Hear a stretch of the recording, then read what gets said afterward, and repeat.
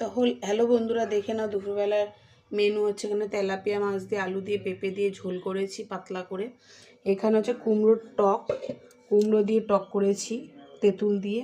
এখানে হচ্ছে লাউয়ের তরকারি, লাউ ঘন্ট। আর এখানে হচ্ছে গোকলি, ওই যে ফুলকপি আছে না, গোকলি নাকি বকলি, বকলি, ওই বকলি হচ্ছে ভাজা, বকলি। আর এখানে হচ্ছে গরম গরম ভাত, তো দেখে নাও। আর এখানে হচ্ছে ফুলকপি আলু দিয়ে ভাজা, বকলি বকলি বকলি আলু ভাজা। আর এখানে হচ্ছে কুমড়োর টক। এখানে হচ্ছে লাউ দিয়ে তরকারি করেছি, দেখো লাউ ঘন্ট, নিরামিষ সেটা। আর এখানে হচ্ছে মাছের তরকারি।